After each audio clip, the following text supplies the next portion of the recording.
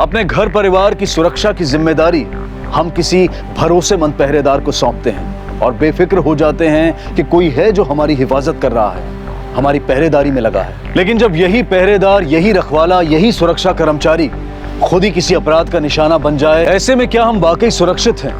ये कहानी है मुंबई से जुड़े पनवेल उपनगर की, जिसमें उलझे हुए थे कई पहलू, छिपे हुए थे कई राज और जुड़े हुए थे कई किरदार जिनका आपस में दूर दूर तक कोई रिश्ता नहीं था। पुलिस के लिए इस केस की तहकीकात ना सिर्फ एक चैलेंज थी, बल्कि ये केस हर दिन नए और सनसनीखेज खुलासे भी बढ़ा रहा था। लेकिन अपराध की जड़ चाहे कितनी भी मजबूत क्यों ना हो, कानून और व्यवस्था की आंधी उसे उखाड़ ही फेंकती है।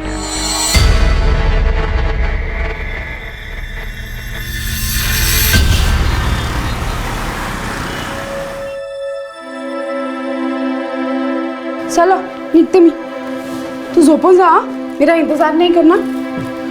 माहित है मला, रात को 10 बजे कौन सा खास कम करने जाती है तू है ना, हवा को मुट्ठी में कैद करना चाहती है। उन्हें शक्यच नहीं है। एक सांगू का, कुछ लोग होते हैं ना जो जीतने से पहले ही हार जाते हैं, और कुछ लोग होते हैं जो हारने के बाद भी जीतने की कोशिश चालू रखते हैं। समझे? लक्ष्य ठेवा। चल। अरे किधर नींद आती है, सोने की कोशिश करता हूं तो भी नींद नहीं आती। पता नहीं कब गहरी नींद सो पाऊंगा। इंतजार नको करवा। अरे जा ना, छोड़ ना, जा। ओ बाबा, अरे लाइट चालू ठेव। ओ बरा।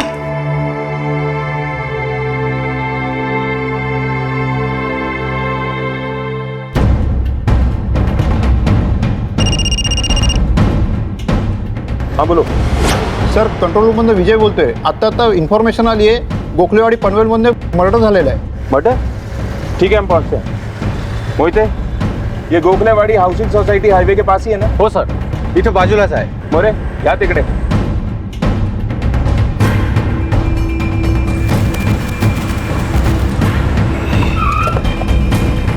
गाड़ी को आगे लगाओ, आगे देखो सर. सर, इधर तो कोई हलचल नहीं, लेकिन फोन यहीं से आया था. यहीं आसपास कुछ ना कुछ जरूर मिलेगा. जाओ देखो सब जगह. सब वहां देखो.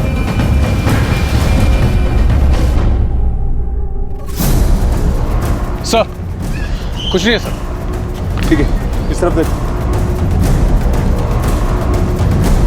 सर, सर इधर देखो. बस बेटा, हटिए हटिए.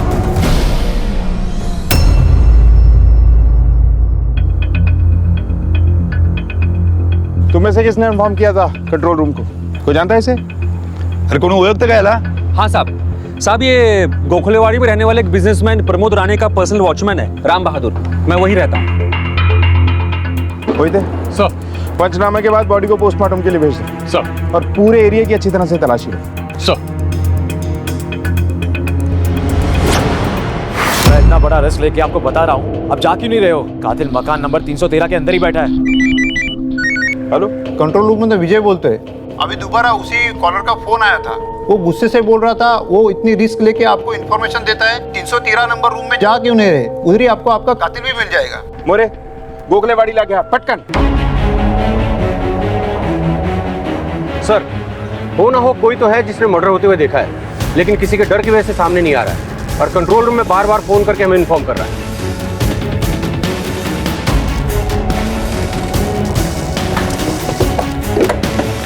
सर, ये घर.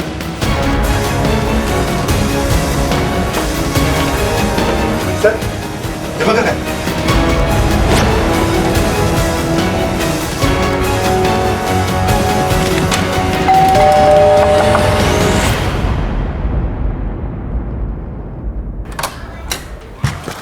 आप सर आप लोग यहाँ पर इस वक्त क्यों नहीं आ सकते? या अपॉइंटमेंट लेके आना चाहिए था. मोहिते, सर. बाहर से बुलेट शेल से उठाओ. शिंदे, सर. पूरे घर की तलाशी लो, कोई कोना भी नहीं छोड़ना चाहिए. सर. और कौन कौन रहता है इस घर में? साहब अभी तो बस मैं और मेरे असोबा और बाकी सारे लोग अष्टविनायक के दर्शन के लिए गए हैं. वो शादी है ना, तो मन्नत मांगी थी. किसकी शादी है? साहब मेरी और मेरे भाई मोहित की शादी कट्टा सापडलाय. हा काय हत्या ठेवता घरी और क्या क्या तेरे पास? आईची शपथ साहेब मला नहीं माहित है. मुझे नहीं पता साहेब ये कट्टा कहाँ से आया साहेब. कहाँ से आया कैसे आया वो हम पता लगा लेंगे. बाजू की गली में मर्डर हुआ ना, वहाँ से उड़ के आया. नहीं साहेब मला नहीं माहित. सर ये क्या कर रहे हैं सर आप. चलो सर देखिए किसका मर्डर कौन सा मर्डर. मला आई बाबाला कॉल करू द्या साहेब. चल सब पता चल जाएगा. आई बाबा से बात करा साहेब. अंदर रोहन के दादाजी हैं, उनका ख्याल रखो. इसके माँ बाप आए तो बताओ कि पनवेल पुलिस चौकी में आने का है.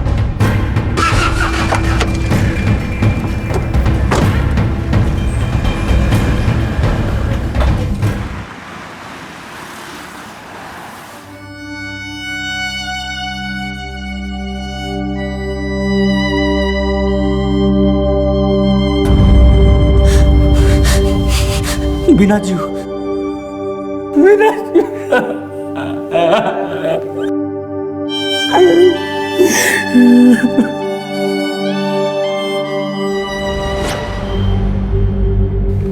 सब वो मेरे जीजा जी राम बहादुर थे. परसों उनकी शादी सालगिरह थी साहब, और बाप बनने वाले थे.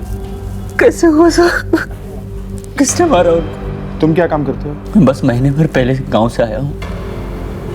काम ढूंढने आया था साहब. काम मिला नहीं. अभी हम जाने वाले थे. अच्छा, राम बहादुर की किसी से कोई दुश्मनी, कोई लड़ाई झगड़ा? नहीं साहब, बहुत सारी बात भी थी. लड़ाई झगड़े से हमेशा दूर रहते थे साहब.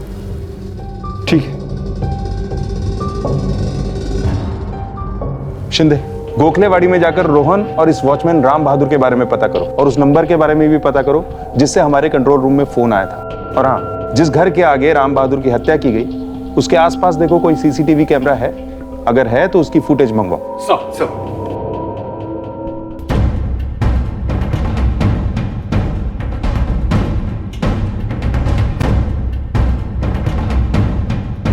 हाँ साहब, रोहन और मोहित की अक्सर वॉचमैन राम बहादुर से लड़ाई होती रहती. दोनों भाई अपनी गाड़ी प्रमोद राणे के घर के पास ही लगाते थे और वॉचमैन उसे मना करता था. प्लीज गाड़ी हटा दीजिए, इधर हमारा साहब जी पार्किंग कर. समझा ना. और ये सड़क तेरे बाप का नहीं, समझा ना. चल निकाल. अरे बाप पर मत जाना सर. हटाना नहीं तो मेरी टायर को हवा निकाल दूंगा.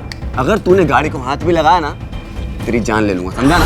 हाँ सर, मैं मानता हूँ कि कभी कभार मेरा उस वॉचमैन राम बहादुर से झगड़ा हो जाया करता था, लेकिन इतनी छोटी सी बात के लिए मैं उसका मर्डर क्यों करूंगा. 1 महीने बाद मेरी और मेरे भाई दोनों की शादी है. ऐसे हालातों में मैं ऐसी कोई भी हरकत क्यों करूंगा सर. क्यों. शादी में बहुत खर्चा होता है ना, महंगाई काफी बढ़ गई है. कहीं तूने ही पैसों के लिए प्रमोद राणे के घर में घुसने की कोशिश तो नहीं की?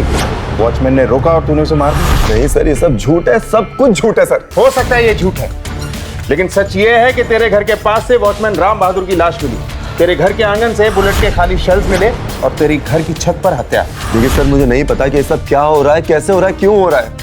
मैं सिर्फ ये कह रहा हूँ कि प्लीज मुझे एक बार अपने आई बाबा को कॉल करने दीजिए, और नहीं हो रहा है तो मुझे बता दीजिए, मैं कॉल कर लेता हूँ. देख, अभी भी मौका है. जो कुछ जानता है सच सच बता दे. अगर हमने पता लगाया तो गर्दन नहीं बचा पाएगा. सर मैं बोल रहा हूँ ना, मुझे कुछ नहीं पता. प्लीज मला आई बाबाला कॉल करू दिया सर, प्लीज.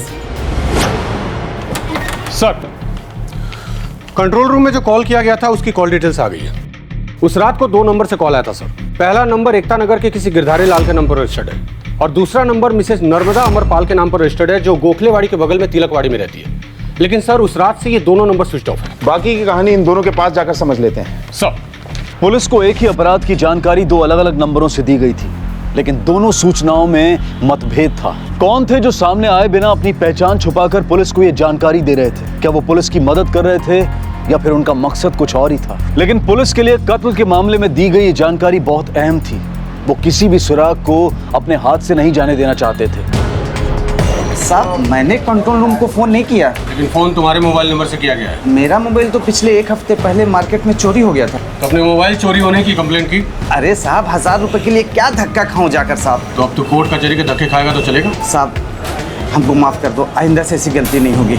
कभी भी सिम या मोबाइल गायब हो, सबसे पहले पुलिस कंप्लेंट करने का. जी साहब.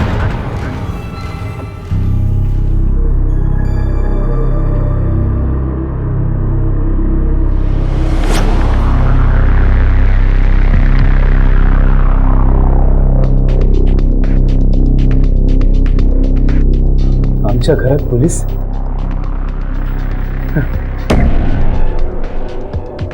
अच्छा, तो तुमने नर्मदा के घर न आने की रिपोर्ट लिखवाई। अरे इनको तकलीफ देने की क्या जरूरत है? अच्छा हुआ वो चली गई, मेरे पीछे अपनी जिंदगी खराब कर दी। देखना, जब मैं मर जाऊंगा ना तो वापस आ जाएगी। आपकी पत्नी है नर्मदा, कहाँ है वो? पढ़ाली साहब, गेली कुठे थे? मेरी किडनी खराब है, हफ्ते में एक बार हॉस्पिटल जाना पड़ता है डायलिसिस के लिए। परेशान हो गई, चली गई सर। आखिरी बार कब देखा था उन्हें? उन्होंने अपने मोबाइल से एक मर्डर की इंफॉर्मेशन दी।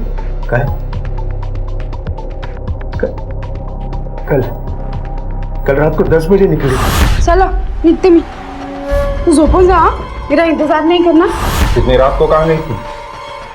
अरे वो बिस्सी चिट फंड चलाती है, भागते रहती है। मैं चल नहीं सकता और वो दौड़ती रहती है। तो अमरपाल जी, अब आप थोड़ा आराम करो। मैं बताती हूँ आपको। अब चलिए, फिर से चलिए, आराम करो।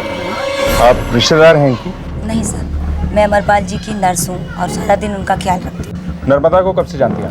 नर्मदा मैडम को मैं तकरीबन 2 साल से जानती हूँ। कल रात से वो घर नहीं आई हैं। वैसे वो 2-3 घंटे से ज़्यादा कभी बाहर नहीं रहती घर से। ज़्यादातर वो अमरपाल जी के साथ ही समय बिताती हैं। वैसे उनकी बीमारी से थोड़ी चिड़चिड़ी ज़रूर हो गई हैं, पर पूरा ख्याल रखती हैं उनका। दोनों में बहुत प्यार है, कभी कभी उन पर गुस्सा ज़रूर करती हैं। हरिद्वार जाना है ना, चला लोकर औषधि दे। अरे दम लो, नहीं लेने का है मेरे को दवाई, बस। अरे 1 मिनट, ऐसे कैसे नहीं लेना? जो आदमी बिस्तर से नहीं उठ सकता उसको हरिद्वार लेके जाएगी? मेरी अस्थियां ले जाना हरिद्वार। कभी कभी तो मेरे को लगता है ना कि मैं क्यों अपना जिंदगी इस आदमी के पीछे बर्बाद कर रही हूँ। तो छोड़ूं जाऊं मैं? हाँ, जाना मत, जा, चली जाए यहाँ से। जाएगी ना तो तेरा क्या होगा, मैं इतनी मना। अरे बंजर धरती है, पानी गिरे कि नहीं गिरे काही फरक पड़त नहीं है। पर मला फरक पड़त है ना। दे नौकर। नर्मदा कहाँ जा सकती है, कुछ बता सकती हैं? सर वो बीसी का काम करती हैं मैडम। कल रात वो कलेक्शन के लिए अपनी स्कूटी पर निकली थी, उसके बाद कहाँ गई मुझे कुछ आइडिया नहीं है। स्कूटी का नंबर बता सकते हैं?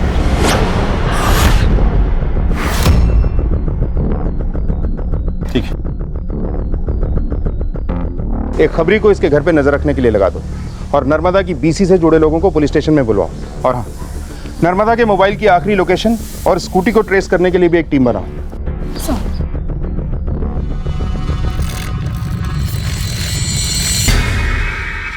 साहेब पण मी काय म्हणतो, आम्हाला म्हणजे पैसे भरता अभी 10 लाखाची विषय साहेब, 10 लाख का विषय। ओ शांत रहो तुम लोग। सर आ रहे हैं, शांति रखो। सर, जब से लोगों को नर्मदा के गुमशुदा होने की बात मालूम पड़ी है, कंप्लेंट लिखवाने वालों की भीड़ जमा होने लगी है।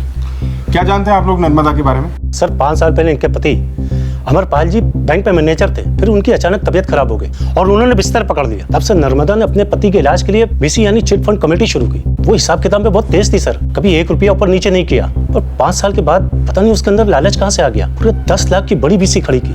अभी है ना, ये नन्ही लक्ष्मी पर्ची निकाल के डिसाइड करेगी कि आज की धन लक्ष्मी किसको मिलने वाली है। हाँ बस।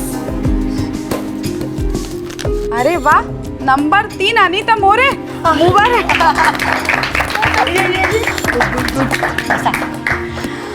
अच्छा मैं क्या बोल रही थी कि 2-4 लाख रुपए की बीसी हम लोग कब तक खेलते रहे? मैं तो कहती हूँ कि अपनी जेबें ढीली करो और बचत ज्यादा करो।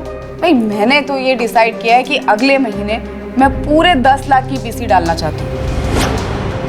अरे भाई इसमें इतनी सोचने वाली क्या बात है? माझा नोरा है ना, मुझे मेरा जो हस्बैंड है ना वो बैंक में काम करता था, आप सब लोग तो जानते ही है ना। अरे तो प्रॉफिट के बारे में तो मुझको मालूम है ना, कैसे 4 पैसे कमाए जाते हैं, 4 पैसे एक्स्ट्रा घर में कैसे आते हैं। तो अगर बड़ा दांव खेलोगे तभी तो जाके बड़ा फायदा होगा। तो 10 लाख रुपए की बीसी के लिए जो तैयार है अपना हाथ खड़ा करो। ये हुई ना बात, तो इसी बात पे ताली हो जाए। क्या बताऊं साहब, एकदम पागल औरत थी, सुबह सुबह मेरे घर पे आई थी। हाँ हेलो हेलो।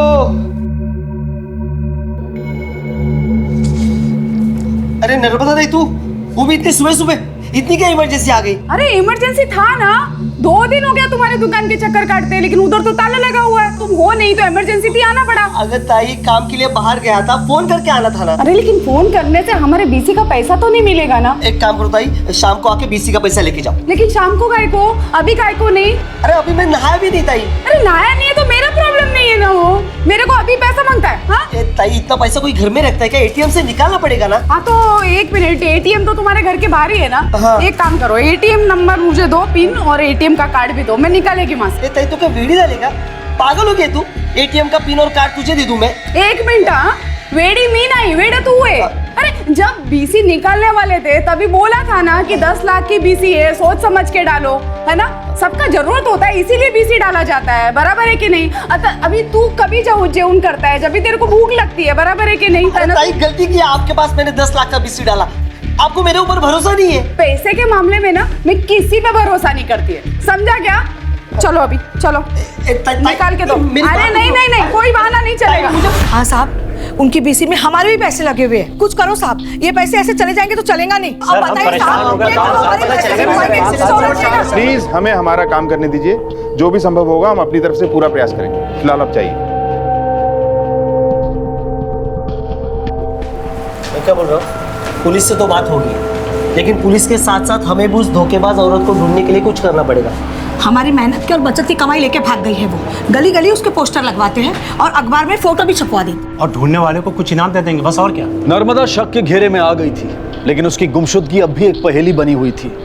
क्या वो वाकई अपने बीमार पति से तंग आकर कहीं भाग गई थी, या फिर वो खुद किसी मुसीबत में थी? पुलिस के हाथ अब तक इस केस का ना तो कोई सिरा लगा था और ना ही कोई अहम लीड मिली थी। पुलिस ने अपनी सारी मशीनरी को लगा दिया था ताकि इस रहस्य से पर्दा उठ सके। क्या साले का तुमसे 2 दिन से फोन कर रही हूँ मैं। हाँ मैडम, 3 दिन के बाद ही हो पाएगा। एक मिनट, अरे पूना चले गए तो ये मेरी प्रॉब्लम नहीं है। तुमको मालूम है ना 10 लाख की बीसी है। हाँ टाइम से पैसा देना मांगता है ना।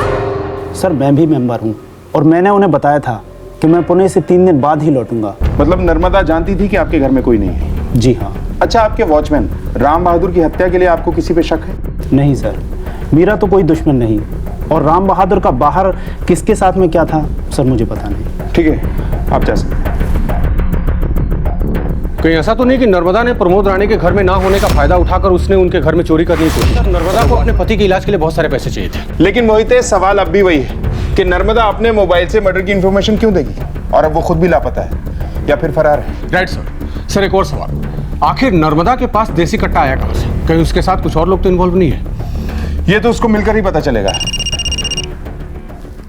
हाँ बोल शिंदे। सर, नर्मदा की मोबाइल लोकेशन ट्रेस हो चुकी है, मगर सर वहाँ पे हमारे हाथ कुछ नहीं आया।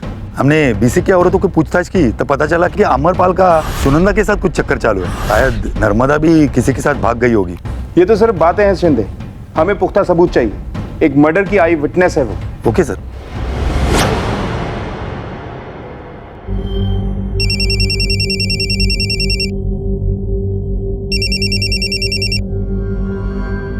हेलो हेलो, जी जी जी जी, हम अभी पहुंचते हैं। जी जी।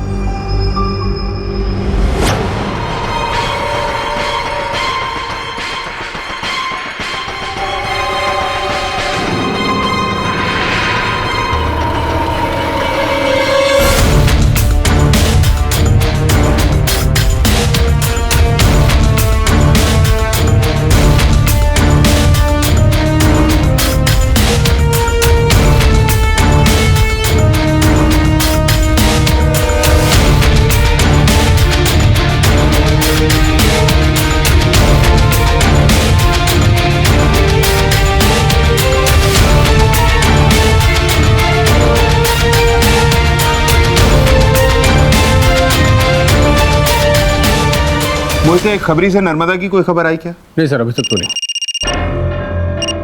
हाँ बोल। ठीक है, हम आते हैं। चलो सर। हाँ बोलो सर। खबरी के ट्रिप पर हमने नर्मदा की स्कूटी ट्रेस कर ली है।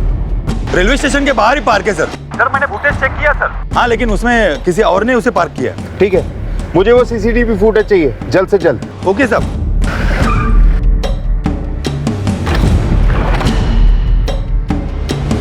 अभी 3 दिन पहले ही दोपहर में नर्मदा जी ने हॉस्पिटल में 10 लाख रुपए अमरपाल जी के मेजर किडनी ट्रांसप्लांटेशन के लिए जमा किए। डॉक्टर साहब, आप कुछ भी करके उनको ठीक कर दीजिए। अब मेरी सारी उम्मीदें आप ही पे लगी है। बहुत बड़ा कदम उठाया है मैंने। 10 लाख रुपए की बीसी, मेरे को अभी पैसा मांगता है। डॉक्टर, ये पैसे कैश में दिए थे या चेक से? कैश। ये देखिए रिसिप्ट।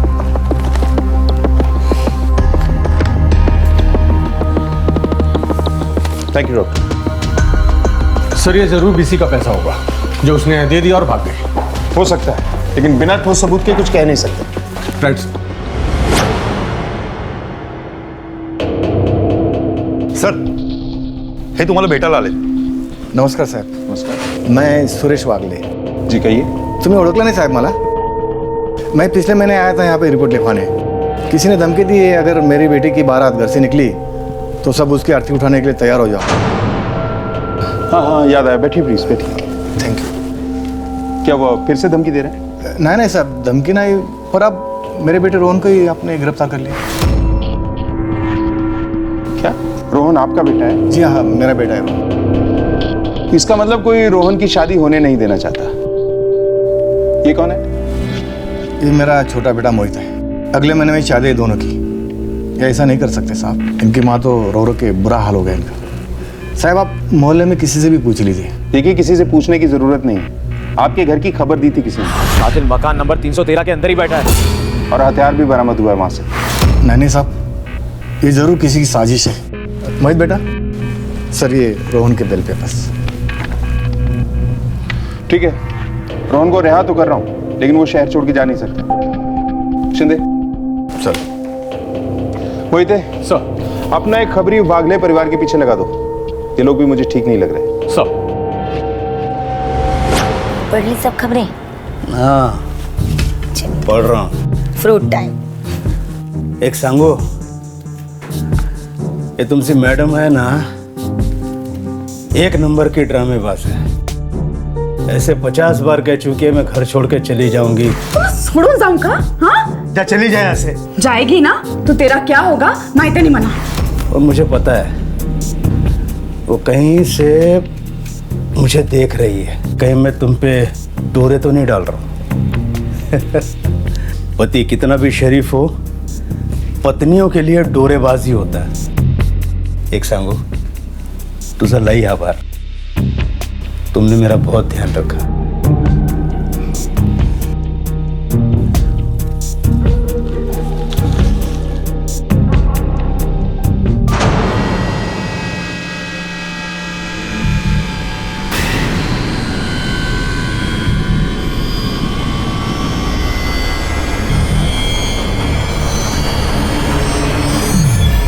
सर, ये रही सुरेश वागले की कंप्लेंट वाली फाइल्स. ये देखिए सर, ये वो सारे कॉल डिटेल्स हैं जहां से सुरेश वागले को धमकी वाले कॉल्स आए थे. और सर हैरत की बात यह है कि ये सारे कॉल्स नटवर नगर के रोड साइड पीसीयू से किए गए हैं, अलग अलग.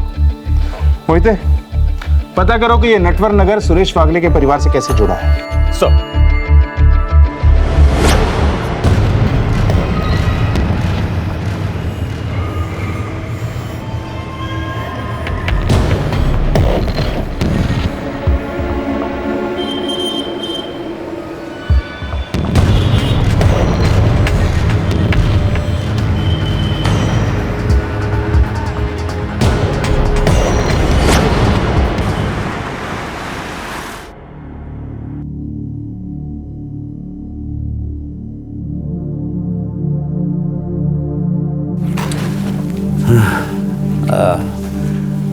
अरे एक बात बोलूं?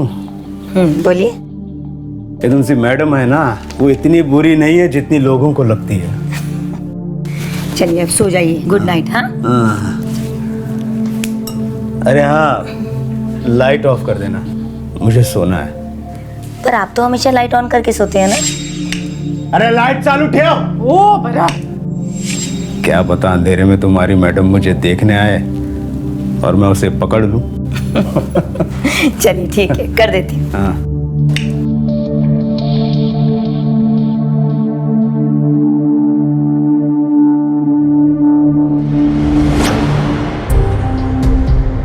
कल शाम को तू कहाँ था? सर घर पे था सर. बोल, बहुत गुमान है ना तेरे बाप को तुझ पे? सर दरअसल ये लड़की मेरी एक्स गर्लफ्रेंड थी। बहुत टाइम से मुझे धमकियां दे रही थी कि मेरी शादी ही नहीं होने देगी। जैसे तैसे उसे मनाकर 2 लाख रुपए में मामला रफा दफा किया है सर। मोहिते, सर ये शीतल मुझे बहुत जल्द पुलिस स्टेशन में चाहिए। सर। हाँ बोल। ठीक है, हम वहां पहुंच रहे हैं। मोहिते। सर।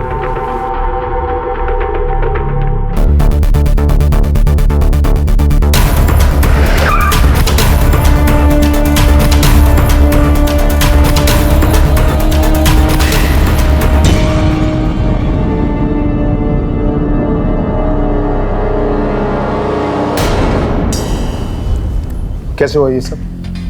पता नहीं सर, कल रात को काफ़ी देर तक अमरपाल जी डायरी लिखते रहे। कल मुझसे बहुत सारी बातें की अमरपाल जी ने अपनी पत्नी के बारे में, और मुझे धन्यवाद भी कहा। उन्होंने पहली बार मुझे सोने से पहले रात को लाइट बंद करने के लिए कहा। लाइट ऑफ कर देना, मुझे सोना है। उसके बाद मुझे कुछ नहीं पता।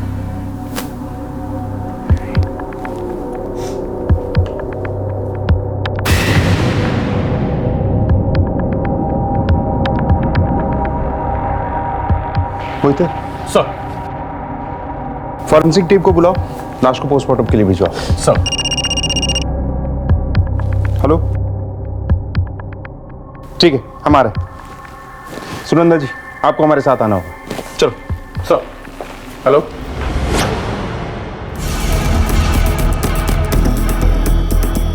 सर, ये लोग नर्मदा के घर से सामान निकाल रहे हैं। कौन हो तुम? इस तरह किसी के घर में घुसने का अंजाम जानते हो? मैं किसी के घर में नहीं घुस रहा हूँ, अपने घर को ताबे में लेने आया हूँ। नर्मदा ने मुझसे पूरे 10 लाख रुपए लिए थे हैवी डिपॉजिट के लिए, और 2 दिन के बाद आने के लिए कहा था। ये देखिए पेपर्स। इसका मतलब है कि हमारे पैसे हॉस्पिटल की फीस में नहीं लगे। जी हाँ, वो आप लोगों के पैसे नहीं थे। अमरपाल जी अब इस दुनिया में नहीं है, उन्होंने आत्महत्या की, लेकिन जाने से पहले उन्होंने आप सबके लिए कुछ कहा है। मेरी पत्नी नर्मदा बहुत अच्छी है और वो मुझसे बहुत प्यार करती है। शायद इसीलिए उसने ऐसा कदम उठाया। मुझे उसकी इज्जत जान से भी प्यारी है। इसीलिए मेरी ये आखिरी ख्वाहिश है कि मेरे मरने के बाद मेरे ऑपरेशन का पैसा वापस बीसी वालों को दे दिया जाए। मैं हमेशा अपनी पत्नी के दुख का कारण बना। नर्मदा के लापता हो जाने की वजह से गहरे सदमे में थे अमरपाल जी। आप में से किसी को कोई खबर मिली? नहीं साहब, नर्मदा ऐसा कुछ करेगी हम ऐसा सोच भी नहीं सकते। पता नहीं इतने दिन अपने पति से दूर कैसे रह गई वो। नर्मदा के किसी धोखेबाजी में इन्वॉल्व ना होने के सबूत तो पुलिस और जनता को मिल चुके थे, लेकिन ये सच्चाई जानने से पहले ही अमरपाल ने आत्महत्या कर ली। उसे लगने लगा था कि उसकी पत्नी उसकी जान बचाने की कोशिश में हद से आगे बढ़ गई है। पुलिस के हाथ अब भी कोई सिरा नहीं लगा था, लेकिन वो अपनी तहकीकात को कई दिशाओं में चला रहे थे। ये केस इस कदर पेचीदगियों से उलझा हुआ था कि पुलिस का दिन का चैन और रात की नींद हराम हो गई थी। सर, कहीं साले ने जीजा को नौकरी के चक्कर में तो नहीं मारा? इसके बारे में पता करो। उस रात ये कहा था। सर, रोहन की गर्लफ्रेंड शीतल को पुलिस स्टेशन ले आए। आप लोग मुझे यहाँ क्यों लेकर आए हैं? ये मैडम अपने किसी दूसरे बॉयफ्रेंड के साथ कोल्हापुर निकल रही थी। शांति। सर बताती हूँ। सर, रोहन दरअसल कभी मेरा बॉयफ्रेंड था ही नहीं। मैंने उसे फंसाया और अपने साथ 3-4 ऐसे फोटोग्राफ लिए जिसके बल पे मैं उसे ब्लैकमेल करने लगी। सर, फिर अचानक एक दिन उसका मुझे फोन आया। देख, मुझे पता है कि ये सब जो हो रहा है ना, वो तू करवा रही है, इसलिए प्लीज एक फाइनल रकम बोलते अब और मुझे बख्श दे प्लीज। मैंने बस मौके का फायदा उठाया सर। चल ठीक है, 2 लाख रुपए लेके मुझे गोला चौक के पीछे वाली रोड पे मिल। मैं सच कह रही हूँ, मेरा किसी के मर्डर से कोई लेना देना नहीं है सर। मैंने किसी को भी ब्लैकमेल नहीं किया या किसी को भी धमकी नहीं दी सर।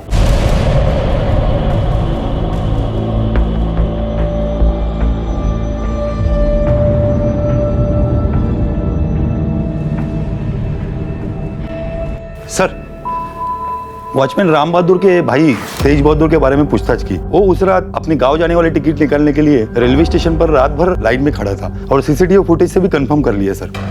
ये केस तो सुलझने का नाम ही नहीं ले रहा है। सर, नटवर नगर और सुरेश वागले के परिवार के लिंक की एक बड़ी खबर हाथ लगी है। वो क्या? रोहन और मोहित की शादी जिन लड़कियों से तय हुई थी वो दोनों सगी बहनें हैं और नटवर नगर में रहती है। और इन दोनों बहनों की शादी रोहन और मोहित से 4 महीने पहले तय हुई थी। और 4 महीने पहले ही सुरेश वागले के परिवार को धमकी भरे कॉल्स आ रहे थे, वो भी नटवर नगर से। Right sir. कहीं ये सबके तार नटवर नगर से तो नहीं जुड़े? मोहित, मुझे इन दोनों लड़कियों की पूरी रिपोर्ट चाहिए। सर।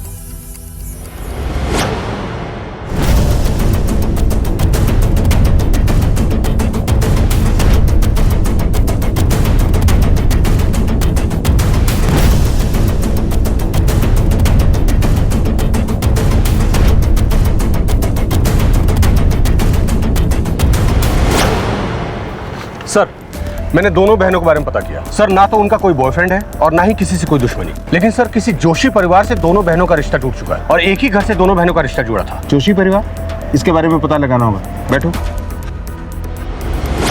हम यहाँ सही वजह जानने आए। क्यों तोड़ा आपने प्रिया और नेहा से रिश्ता? धमकी भरे फोन आ रहे थे सर कि मेरे बेटे को जान से मार देंगे।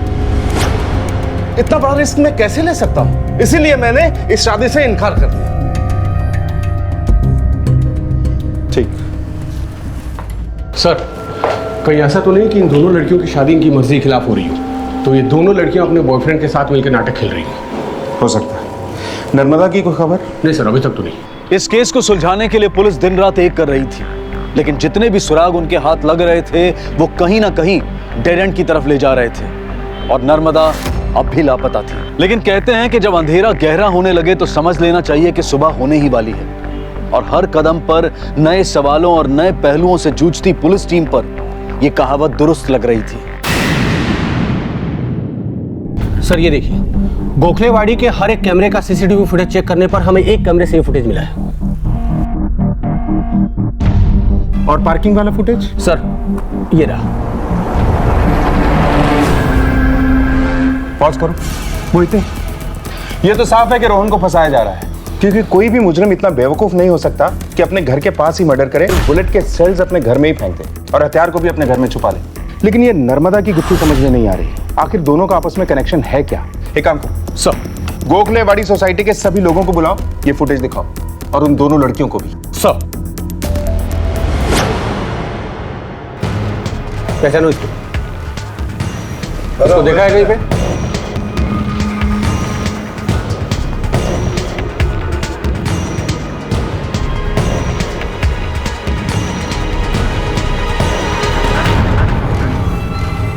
आप नेहा और आप प्रिया, क्या आप जानती हैं कि कोई आप दोनों बहनों के रिश्ते तोड़वाना चाहता है? आप लोगों की किसी से कोई दुश्मनी है? कोई सरफिरा आशिक या कोई ऐसी बात जो इसकी वजह बन सकती हो? सर, मुझे तो कोई आइडिया नहीं है कि आखिर ये कौन कर सकता है। और मुझे भी कभी ऐसा कुछ फील नहीं हुआ। तो आप लोगों को किसी पे कोई शक नहीं? नहीं सर। ठीक है, हम आपको एक सीसीटीवी फुटेज दिखाते हैं, जरा गौर से देखिए।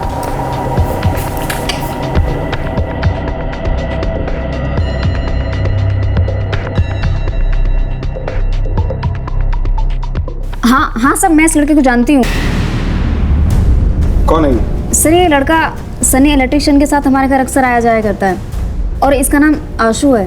मोहिते सर, मुझे ये सनी और आशु तुरंत चाहिए। सर। हेलो,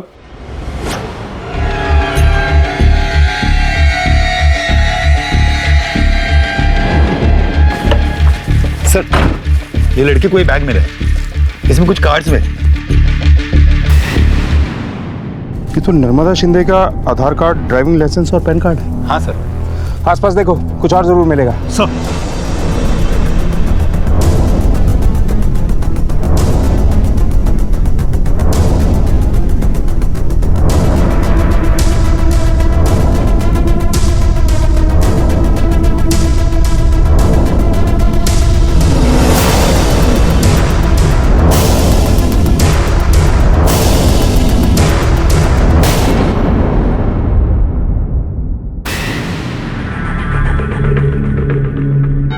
सर, इधर लाश है।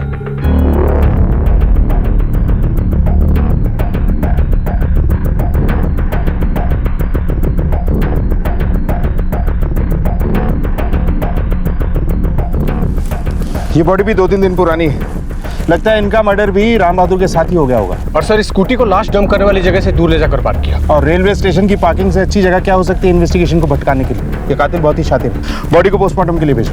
सर।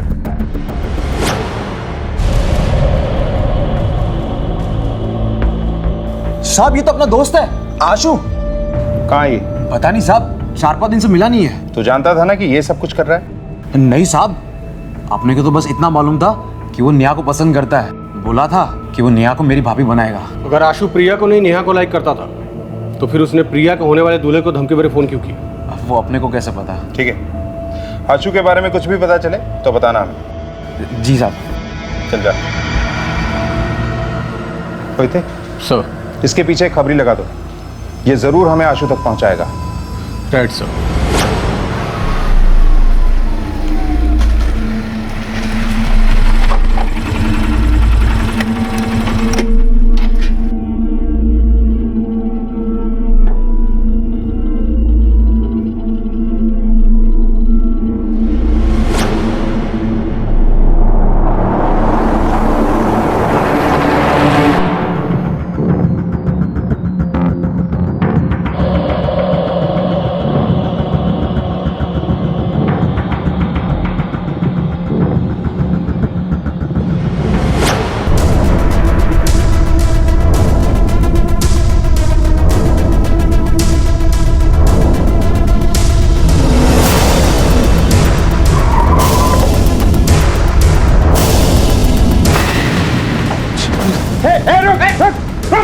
पकड़ तेरा हाथ से जाना नहीं चाहिए। पकड़।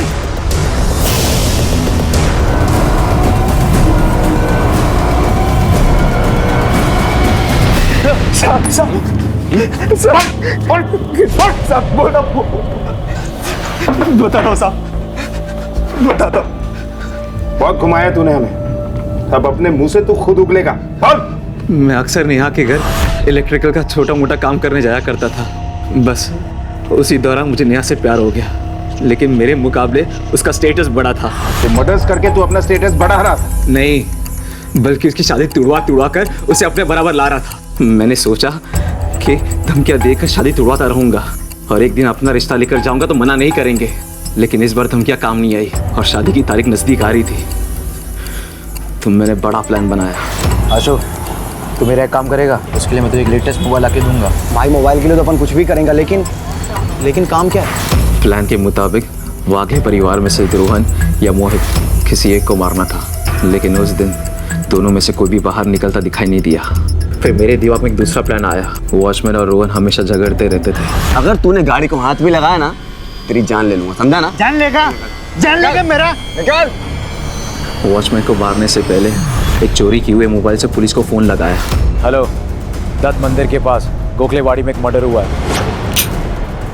लेकिन उससे पहले राम बहादुर वहाँ से निकल गया। फिर मैंने उसका पीछा किया और दूसरी गली में जाकर मार डाला।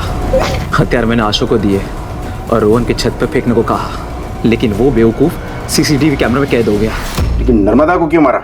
उसने हमें राम बहादुर को मारते हुए देख लिया था। हमने उस औरत का पीछा किया और आगे जाके घेर लिया।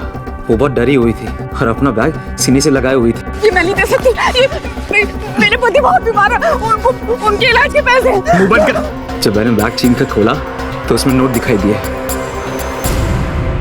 और आशु को क्यों मारा? वो तो तेरा खुद का साथी था। उसे 10 में से 6 लाख चाहिए थे और मैं उसे एक फूटी कौड़ी भी नहीं देने वाला था, क्योंकि उस पैसों से मैं बड़ा बिजनेस कर सकता था और नेहा से शादी कर सकता था। तेरे से एक तरफा प्यार और लालच ने कितने बेगुनाह लोगों की जान ली। सनी का अपने मन ही मन में कई सवालों के जवाबों को खुद ही गढ़ लेना इस जुर्म की वो शुरुआत थी जिसने कई जिंदगियां तबाह कर दी। नैतिक जिम्मेदारी निभा रही नर्मदा का उसने पीछा किया और उसे लूटकर उसकी हत्या कर दी।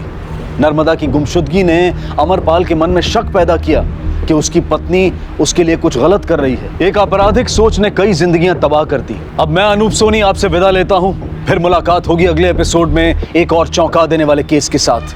तब तक अपना और अपने परिवार का ख्याल रखें और देखते रहें क्राइम पेट्रोल डायल 100। सबक एक को सीख हम सबको। जय Hind. If you want to enjoy more Crime TV content like this, please subscribe to our channel and click the bell icon.